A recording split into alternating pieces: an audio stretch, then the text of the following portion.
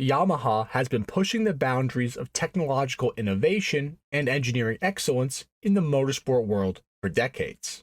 Whether it be from their motorcycles or their contract work for large automakers like Toyota and Ford, Yamaha is no stranger to taking risks in the pursuit of engineering perfection. And in 1993, Yamaha took one of their biggest engineering gambles yet, the Yamaha GTS 1000. A production motorcycle that got rid of the tried and true fork in the front and replaced it with a single shock front suspension. But was this new out-of-this-world bike all it was cracked up to be? Well, stay tuned to the end to hear the full story behind the incredibly unique Yamaha GTS 1000. Hello everyone, welcome to Rare Motorcycles.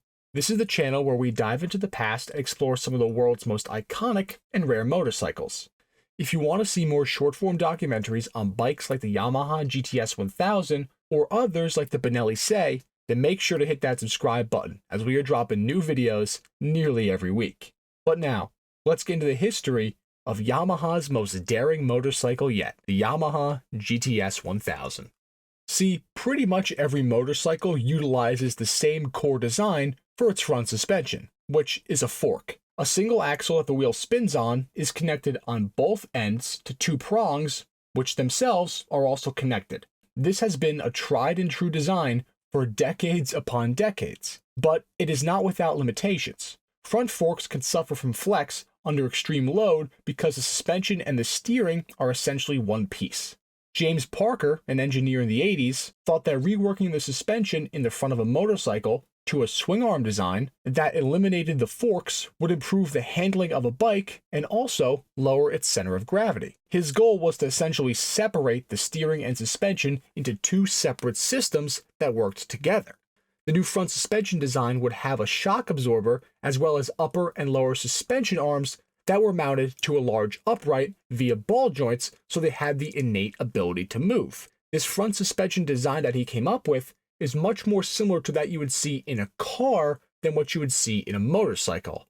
But spoiler alert, it still worked very well. The suspension design that James Parker developed in the mid-80s would be licensed through his company, Rationally Advanced Design and Development, which is also known as RADD, which sounds way cooler.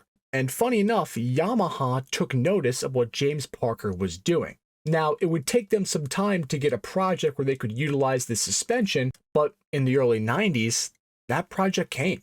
Yamaha needed to refresh their FJ1200, which was beginning to show its age, and they wanted to build something that would truly make a statement.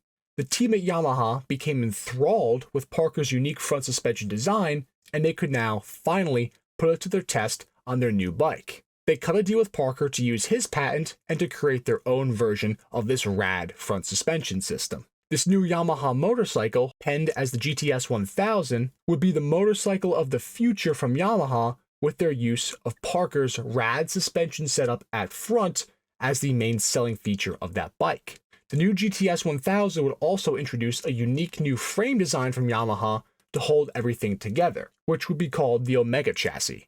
The chassis got its name because of its exposed frame plates, which just so happened to look like the Greek Omega symbol. As for power, the Yamaha GTS 1000 would utilize a fairly familiar power plant. The 1000cc engine from the Yamaha FZR 1000 would be the engine that came in the GTS 1000. See, Yamaha spent a lot of money and a lot of time engineering this brand new bike. So in an effort to keep costs down, they went with some of their other parts. The dual overhead cam 1000cc inline 4-cylinder was actually detuned in the GTS 1000 application to ensure that the FZR remained the top dog power-wise. The GTS 1000 would make 100 horsepower compared to the FZR's 126 horsepower. Peak power came in at 9,000 RPM and peak torque came in at 6,500 RPM, giving this bike a very punchy mid-range. The GTS 1000 would also make a major deviation from the Yamaha FZR in the form of fuel injection. The GTS 1000 would be the first ever Yamaha factory motorcycle to receive a system of this kind. With its crazy front suspension setup, you would think that the rear would have some crazy, brand new, innovative stuff going on too. Well, it didn't. The rear suspension design of the GTS 1000 was pretty typical, and there wasn't anything revolutionary about it. The GTS 1000s would feature disc brakes front and rear with a massive 6-piston brake caliper up front to slow the 637-pound bike down to a halt. The American market versions even shipped from the factory with anti-lock brakes standard. The GTS 1000, however, was not a light bike. It still did require some strength to get it around the corners at speed, but journalists almost all agreed that this new RADD suspension setup did make the bike a much more compliant handler.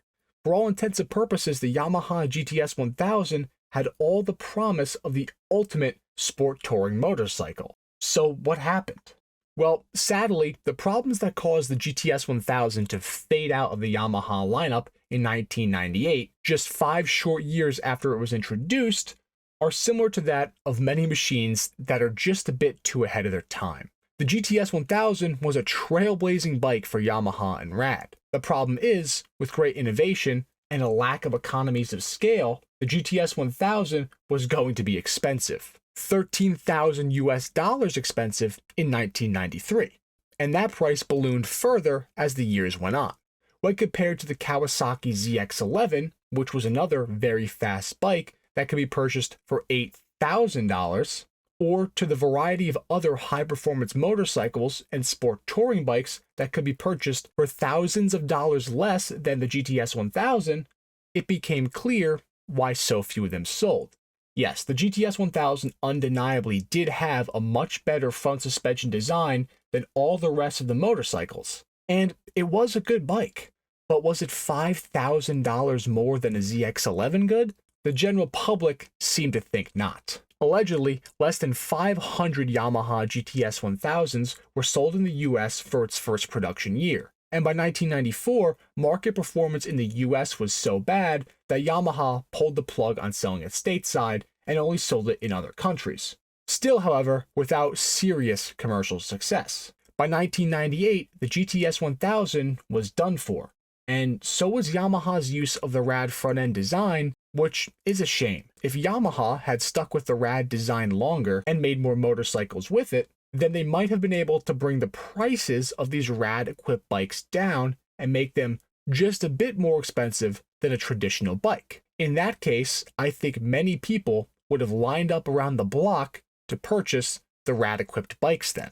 But if you're an enthusiast that really can't get the GTS 1000 out of your head, then today you can purchase one for about $4,000 to $10,000 if you're interested in owning an incredible piece of motorcycle history. And that is the short story of the Yamaha GTS 1000.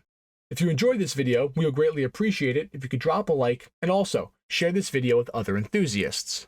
Also, please make sure that you are subscribed to the Rare Motorcycles YouTube channel and smash that notification bell for more documentary style videos just like this on the world's most interesting motorcycles.